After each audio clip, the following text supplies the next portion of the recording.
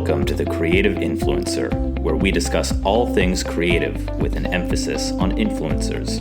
The Creative Influencer is hosted by John Pfeiffer. John is an entertainment attorney in Santa Monica, California, who represents influencers and other creatives.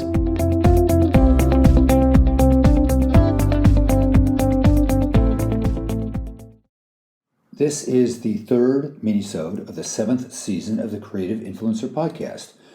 Today we start our deep dive into the nuts and bolts of influencer management agreements, with one of the most important provisions being the term. Term is legal speak for the length of the agreement. The term establishes the start date and the end date of the management agreement. In other words, it establishes how long the parties are committed to working with each other. Now, this may seem like an extremely basic provision, not worthy of a minisode, but let me explain why it deserves attention. First, there isn't a governing body that establishes a recommended term for influencer management agreements. There aren't federal regulations or California statutes that govern influencer management agreements. While management agreements are not generally thought of as service agreements, quote, a contract to render personal service may not be enforced against the employee beyond 7 years from the commencement of the service, close quote, according to the California Labor Code, section 2855. This is one of the reasons why you never see a management agreement with a 7-year term. Second, there are competing interests in the length for managers and influencers. Many managers try to bind an influencer to their agreement for as long as possible. They argue that a longer term protects them for all the work they will do and put into the influencer's career in the future. That is true, but it is a one-sided view of things. The reality is, most managers won't work with influencers with less than 1 million followers. It's rare for a manager to guide a micro-influencer's career and help her grow from 10,000 followers to 1 million followers. In other words, the influencer has already done a substantial amount of work to grow her career before a manager wants to work with them. Now, creators typically want to sign an agreement for the shortest period of time.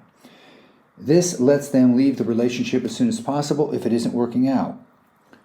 Keeping in mind these conflicting objectives, the term of the agreement is established by negotiation between the parties. An initial term is generally 1 to 3 years and sometimes as long as 5 years. Now that's quite a commitment, especially when it is with someone the influencer hasn't worked with before and doesn't really know. The solution? A trial period.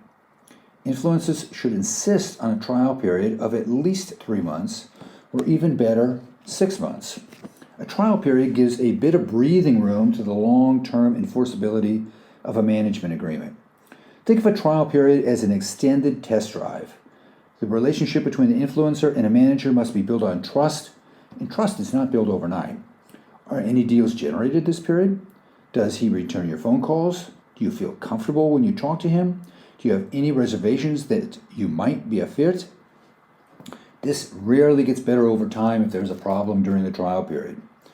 So, after the trial period, the parties have agreed to work together.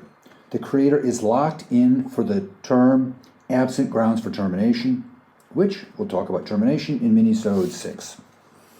If things are working, there's no reason for the influencer to leave. Time will fly by. One additional detail to consider is whether there is an automatic renewal of the agreement. If there is automatic renewal, an influencer must give notice to the manager that they want to end the relationship. If notice isn't given, the agreement will renew automatically. The length of the renewal periods should be given as much thought as the original term. Will it renew for another year, 2 years, or 3 years? If the management agreement doesn't automatically renew, the influencer is back at where she started and has an opportunity to negotiate more favorable terms. There you have it, the term. In our next minisode, we'll talk about the scope of the manager's representation of the influencer. What does a manager do, and what are they contractually obligated to do? That's it for this time. If you enjoyed our podcast, please write a review on iTunes and tell your friends to subscribe. If you have any questions about influencers or suggestions for future episodes, email them to John at Pfeiffer@pfeifferlaw.com. Thank you for listening.